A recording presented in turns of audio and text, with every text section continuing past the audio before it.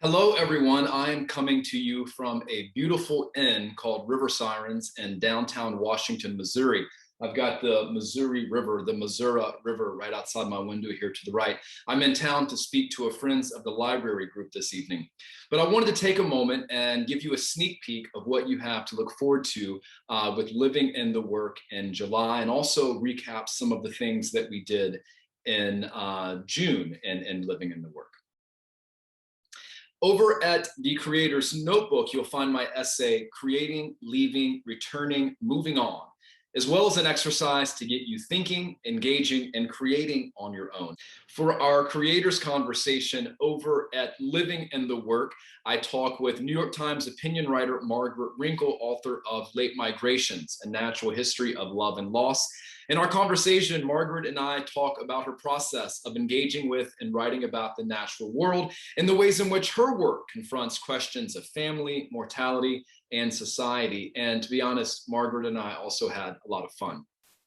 At least you weren't making your family listen to the Doors sing The End on the way to their conservative. No, there would have been church. no listening to the Doors in my dad's car. It was Frank Sinatra all the way.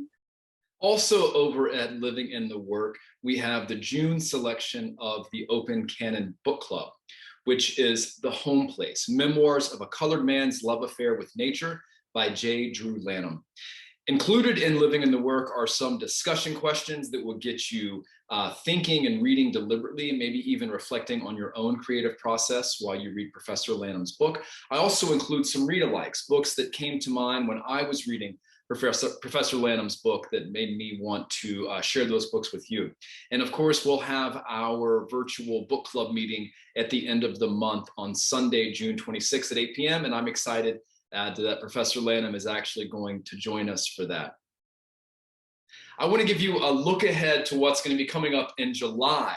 Our Creators Conversation is going to be with poet Maggie Smith, author of the incredible juggernaut of a poem, Good Bones. I'm sure most of you know it. Most of you probably know it well. Most of you might have even wept over it. But Maggie and I have a great conversation, and I want to share this little clip with you of our conversation where she talks about not setting down with any expectations of what she's going to find when she sets down to create a poem.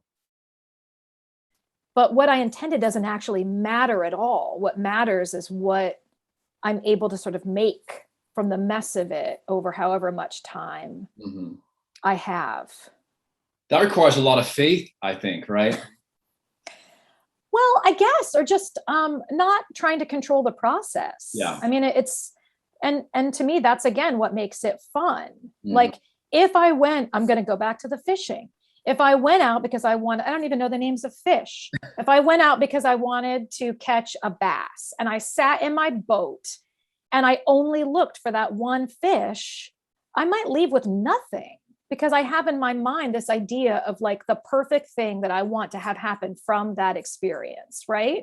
But if I just go out and I'm like, I'm just gonna cast. I'm gonna drop my hook in the water, and I'm gonna take in the air, and I'm gonna look at the clouds, and I'm just gonna enjoy the experience out here. Something will happen. You might catch a shoe, you might catch a turtle, you might catch nothing, but you might notice something happening, you know, in the trees off to the side or above you, or maybe you look down and something's swimming under your boat that is way too big for you to catch, but you get to witness it and describe it later.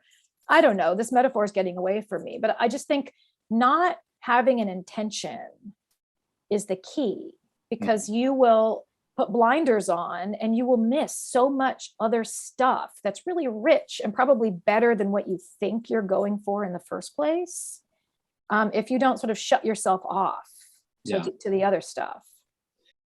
Our Open Canon Book Club selection for July will be The Five Wounds by Kirsten Valdez Quaid. And of course, as a member of the Living in the Work option for This Is Working, you get 10% off and free shipping from Ghost Hill Press, my neighborhood bookstore back in Wilmington, North Carolina. And so that's what we did in June. This is what we've got to look forward to in July. So if you've joined us already, I hope you're looking forward to July. And if you haven't joined us yet, I hope you will. If you join in July, you'll have access to all of the stuff that we did in June. It'll all be there waiting for you. And all of the things that we have to look forward to in July will also be waiting for you there as well. So whichever option you choose for This Is Working, whether it's the Creator's Notebook with the essay and the exercise, or Living in the Work, which includes the essay and the exercise, as well as the book club, as well as these wonderful recorded conversations and the free shipping and the discounts, I hope you find an option that works for you. And I hope you join me for This Is Working. And let's get to work.